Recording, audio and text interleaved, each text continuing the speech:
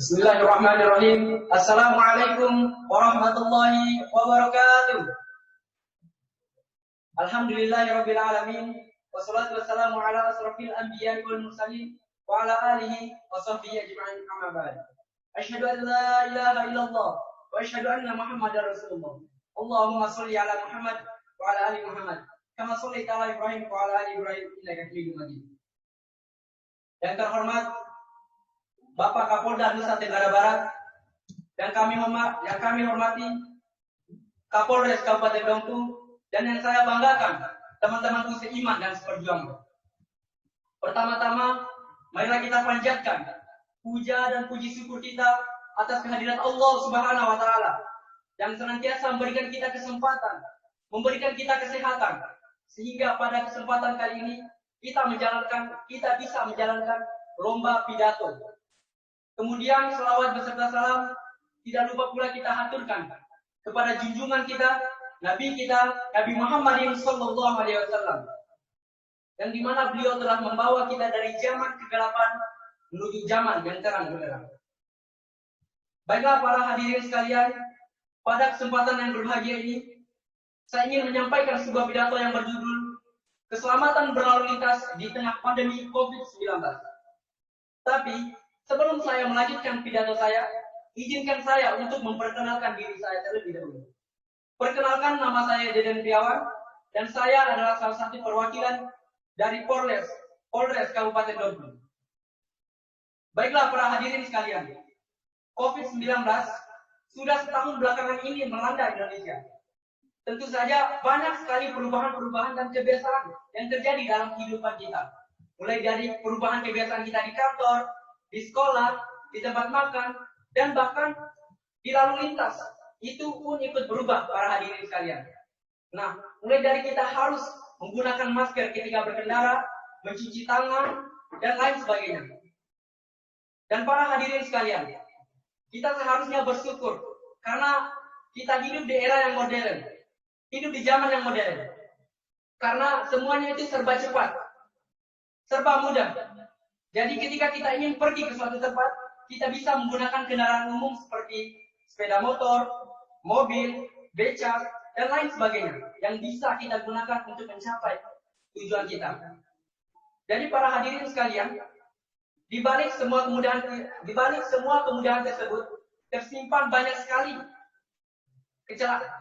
resiko kecelakaan yang sangat tinggi. Jadi bisa saya sampaikan kepada teman-teman bahwa kita harus terus berhati-hati dalam berlalu lintas. Karena kalau kita tidak berhati-hati, kalau kita tidak disiplin dalam berlalu lintas, itu akan meningkatkan resiko kecelakaan pada diri kita semua. Teman-teman, disiplin itu indah. Disiplin is the key. Disiplin adalah kunci. Karena disiplin kunci dari segalanya. Kunci dari kesuksesan, keberhasilan, dan juga kejayaan kita. Jadi, tidak hanya di sekolah kita diharuskan juga disiplin, tapi di lalu lintas pun kita juga harus disiplin, teman-teman. Nah, oleh karena itu teman-teman, data kecelakaan yang terjadi di Indonesia menurut data vertikal Republik Indonesia itu di tahun 2019 meningkat dibandingkan dengan tahun 2018. Di tahun 2018 data kecelakaan sekitar 5.061 kejadian. Sedangkan di tahun 2019 itu sekitar 5.944 kejadian. Nah teman-teman, untuk tahun 2020 itu sendiri, untuk sementara ini sekitar 4.559 kejadian. Banyaknya kecelakaan yang terjadi di Indonesia, banyaknya kecelakaan yang terjadi di lalu lintas, itu menimbulkan pertanyaan bagi kita semua. Sebenarnya apa sih yang menjadi faktor penyebab kita kecelakaan berlalu lintas? Jadi setelah saya analisis, setelah saya telusuri, ternyata ada 3 faktor yang menjadi penyebab kecelakaan kita di lalu lintas. Yang pertama adalah faktor diri kita sendiri. Nah teman-teman, banyak dari kita, pengendara motor atau pengendara roda 4, itu ketika kita ingin pergi kemanapun itu, kita dalam kondisi kurang sehat gitu.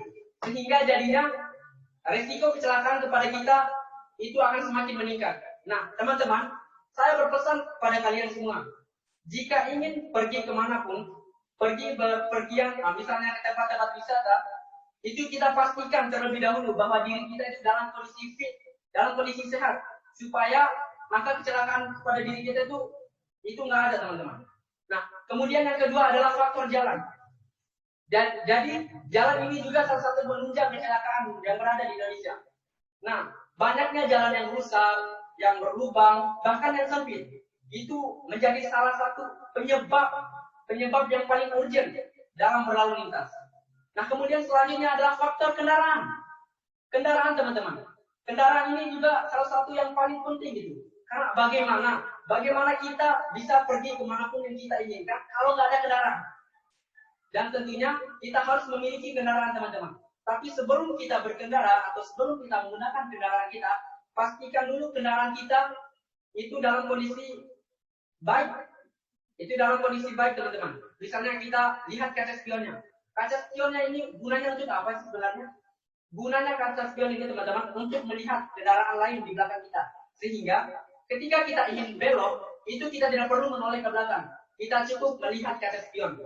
Nah, oleh karena itu, teman-teman, marilah kita selalu berhati-hati dalam berlalu lintas. Karena sudah setahun belakangan ini juga pemerintah dan kepolisian telah membuat bagaimana caranya kita berkendara yang baik, kita berkendara yang bagus ketika dalam berlalu lintas di tengah pandemi ini. Yang pertama yaitu kita berkendara harus selalu menggunakan masker. Kemudian yang kedua, kita menjaga membatasi penumpang yang ada dalam kendaraan kita. Kemudian selanjutnya, usahakan sebelum kita berpergian atau sebelum kita menggunakan kendaraan kita semprot dengan disinfektan. Kemudian selanjutnya, selalu membawa hand sanitizer dalam kendaraan kita. Nah, teman-teman, intinya kita harus selalu mematuhi protokol kesehatan yang ada, terutama 5M. 5M itu apa sih? 5M itu adalah memakai masker, mencuci tangan, menjaga jarak, mengurangi mobilitas, dan menjauhi kerumunan.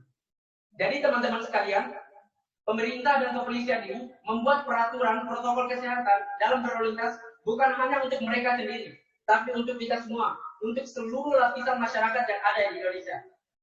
Dan juga ketika berlalu lintas, kita juga usahakan harus memiliki etika. Ternyata bukan di sekolah aja kita harus memiliki etika. Ternyata di lalu lintas juga mempunyai etika. Salah satu etikanya adalah kita harus membawa SIM. Kita harus mempunyai SIM dan STNK dan selalu membawa surat kendaraan kita. Kemudian teman-teman, ada beberapa program juga yang bisa kita ikuti sehingga menunjang keselamatan kita berlalu lintas, yaitu program Road Safety. Jadi program ini adalah program untuk meningkatkan kualitas keselamatan kita dalam berlalu lintas dan menurunkan angka risiko kecelakaan pada diri kita. Yang pertama adalah batas kecepatan. Jadi kita harus menyesuaikan batas kecepatan ketika kita berkendara. Kemudian yang kedua, kita harus menggunakan helm SNI atau standar nasional Indonesia. Kemudian selanjutnya, kita harus selalu menggunakan masker. Kemudian jangan sekali-kali teman itu melawan arus.